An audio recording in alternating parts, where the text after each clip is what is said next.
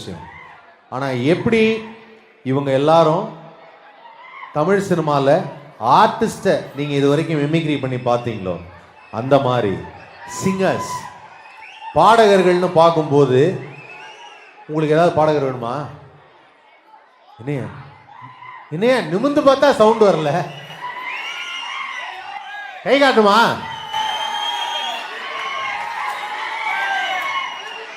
So பாடகர்கள் அப்படிங்கும்போது நமக்கு ரொம்ப பிடித்த பாடகர் அப்படிங்கிறப்போ திரு எஸ்பி பாலசுப்ரமணியம் அவர்கள் தான் பிறந்து பாட ஆரம்பிச்சதிலிருந்து தான் இறப்பதற்கு முன்பாக வரைக்கும் தன்னுடைய குரலில் ஒரு சின்ன தளர்வு கூட இல்லை அப்படின்னா அது எஸ்பி பாலசுப்ரமணியம் அவர்கள் மட்டும்தான்.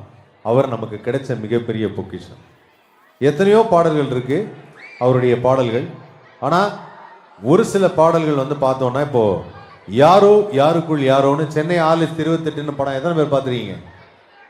சென்னை 628 இந்த பாட்டை ஃபர்ஸ்ட் யுவன் சங்கர் ராஜா ஒரு ட்ராக் ரெக்கார்டிங்காக பாடி அனுப்புறாரு. அது எப்படி இருக்கு அப்படின்னா, யாரோ யாருக்குள் இங்கு யாரோ யார் நெஞ்ச இங்கு யார் தந்தாரோ விடையில் ஒரு கேள்வி, இப்படி ஃபிளாட்டா இருந்தது. ஆனா அதே எஸ்பிபி சார் படத்துல பாடும் பொழுது அதுக்கு ஒரு பாவம் கலந்தார். யாரோ யாருக்குள் இங்கு யாரோ யார் நெஞ்ச இங்கு யார் தந்தாரோ விடையில் ஒரு கேள்வி. இது அவருக்கே உள்ள ஸ்பெஷாலிட்டி. ஏன்னா அவருடைய இன்ஸ்பிரேஷனல் சிங்கர் யாருன்னா பிபி ஸ்ரீனிவாஸ் அவர்கள். ஒரு காலத்துல தமிழ் சினிமால சோகமான பாடல்கள்னா பிபிஎஸ் தான் பாடுவார், சந்தோஷமா இருந்தா ஏஎம் ராஜா பாடுவார். ஜெமினி கணேசனுக்கு பாத்தீங்கன்னா பாட்டு பாடவா பார்த்து பேசவா பாடம் சொல்லவா பறந்து செல்லவா பால் நிலாவை போல வந்த பாவை அல்லவா, இது அவர் ஹாப்பியா இருக்கும்போது. இதே ஜெமினிக்கு சோகமாயிடுச்சுன்னா பிபிஎஸ் பாடுவார். நிலவே என்னிடம் நெருங்காதே நீ நினைக்கும் இடத்தில் நான் இல்லை.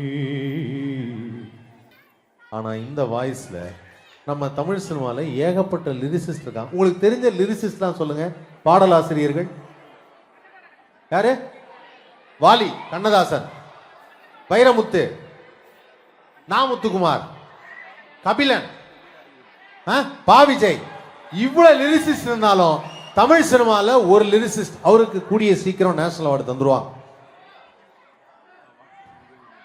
அவர் பேரு தான் சிம்பு. தான் எழுதிய பாடலை எங்குமே பாட முடியாது. ஏன்னா அந்த மாதிரி தான் அவர் எழுதுவாரே. அவர் ஒரு பாட்டு எழுதியிருந்தாரு. அந்த பாட்டை நம்ம சொந்தக்காரங்களோட உட்காந்து கேட்க முடியாது, அப்பாவோட உட்காந்துருக்கும் போது கேட்க முடியாது, ஒய்ஃபோட உட்காந்துருக்கும் போது கேட்க முடியாது, பசங்களோட உட்காந்து கேட்க முடியாது, ஃப்ரெண்ட்ஸோட உட்காந்தாலும் கேட்க முடியாது. ஏன்னா பாட்டில் உள்ள கருத்துக்கள் எப்படி, எவன்டி உன்னை பெத்தான் கையில் கிடைச்சா செத்தான், எங்க கேட்பீங்க? எங்கேயுமே கேட்க முடியாது. ஆனா இதே பாடலை பழைய பாடகர்கள் பாடும் பொழுது அப்படியே ரெஜிஸ்டர் ஆகணும் லைன். இதையே ஒரு பேத்தோ சாங்கா இருந்து பிபிஎஸ் அவர்கள் பாடியிருந்தான்னு வச்சுங்களேன். எவண்டி ஒன்னு பெத்தானோ அவன் கையில கிடைச்சா செத்தானோ, எவண்டி ஒன்னு பெத்தானோ. இப்ப இந்த பாடலை நம்ம கேட்கும்போது எப்படி இருக்கும்? ஆஹா என்ன அருமையான வரிகள் அப்படின்னு போயிடுவாங்க. ஏன்னா ஒரு பாட்டை யார் பாடுறாங்கிறத பொறுத்து இருக்கு. இதே சில பாடகர்கள் அந்த காலகட்டத்தில் அவங்கள பெருசா புகழலை அப்படின்னு சொல்லலாம். அந்த வகையில் எனக்கு ரொம்ப பிடித்த ஒரு பாடகர் திரு மலேசியா வாசுதேவன் அவர்கள். ஏகப்பட்ட பாடல் பாடியிருக்காரு, ஃபோக் சாங் நிறையா இருக்கு. ஆனாலுமே அவர்கிட்ட எனக்கு ரொம்ப பிடிச்சது என்னன்னா மியூசிக்கே இல்லாமல் அவருடைய குரல் மட்டும் வந்தாலே அவ்வளவு அழகாகவும் தெளிவாகவும் இருக்கும். முதல் மரியாதை அப்படிங்கிற ஒரு படத்தில் ஒரு டைட்டில் சாங், இந்த டைட்டில் சாங் பாடும்போது அப்படி ஆரம்பிக்கும் போது அப்படி ஒரு கம்பீரம் இருக்கும். ஏறாத மலை மேலே